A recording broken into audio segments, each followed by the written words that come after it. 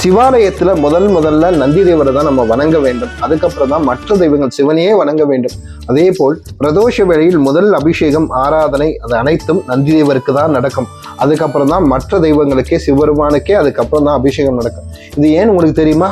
முருகபக்தர் அனைவருக்கும் அசோக் குமாரின் அன்பான வணக்கங்கள். அமுதத்துக்காக பார்க்கடலை அசுரர்களும் தேவர்களும் சேர்ந்து கடைந்து கொண்டிருக்கும் பொழுது முதலில் வெளிவந்தது கொடிய ஆலகால விஷம். இந்த விஷத்தை யார் பகினாலும் மரணம் நிச்சயம் என்ற நிலைமை வந்தது. அதே நேரம் அங்கு வந்த சிவபெருமான் அந்த ஆலகால விஷத்தை பருகினார்.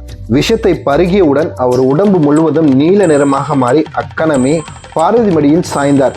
இதை அறிந்த நந்தி தேவர், இயற்கையிலே நந்தி தேவருக்கு ஒரு குணம் இருக்கு. என்னன்னா, விஷத்தை தனக்குள் அடக்கும் தன்மை கொண்டவர் நந்தி தேவர். சிவபெருமானின் உடலில் இருந்த கொடிய விஷத்தை தனக்குள் ஏற்றுக்கொண்டு அக்கணமே நந்தி தேவர் அங்கு சாய்ந்தார்.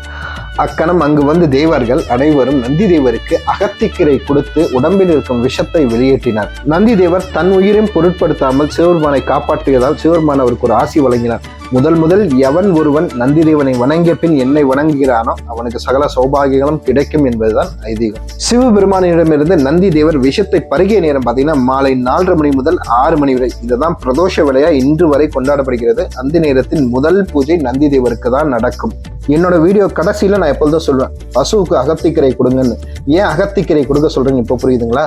ஏன்னா பசுவுக்கு உண்மையிலே விஷத்தை தனக்குள் அடக்கும் தன்மை இருந்தாலும் அந்த விஷத்தை வெளியேற்றும் தன்மை அகத்திக்கீரைக்குத்தான் இருக்கிறது. அதனால்தான் அகத்திக்கீரை கொடுக்க சொல்றேன். ஏன்னா பசு வந்து பல இடத்துல போய் பல செடிகளை சாப்பிடும். அதுல நல்ல செடியும் இருக்கும், விஷ செடியும் இருக்கும். அந்த விஷத்தை வெளியேற்றும் தன்மை அகத்திக்கீரைக்கு இருக்கிறதுனால தான் உங்களை அகத்திக்கீரை கொடுங்கன்னு சொல்றது. ஏழை எளிய மக்கள் கல்விக்கு உதவுங்கள். ஒரு குடும்பத்துல ஒருத்தர் படிச்சா கூட அந்த தலைமுறையே மாறும்னு சொல்லுவாங்க.